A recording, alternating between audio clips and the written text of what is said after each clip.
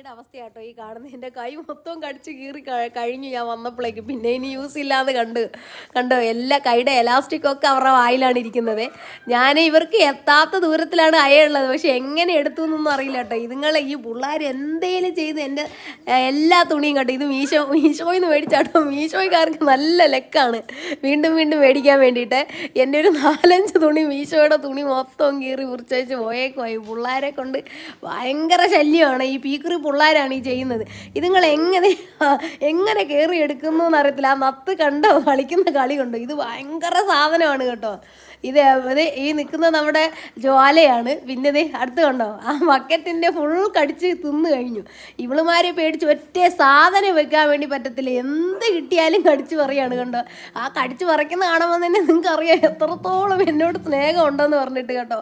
എൻ്റെ മൊത്തം തുണിയും കടിച്ച് തിന്നുകൊണ്ടിരിക്കലാണ് ഇപ്പോൾ ഇവൾ.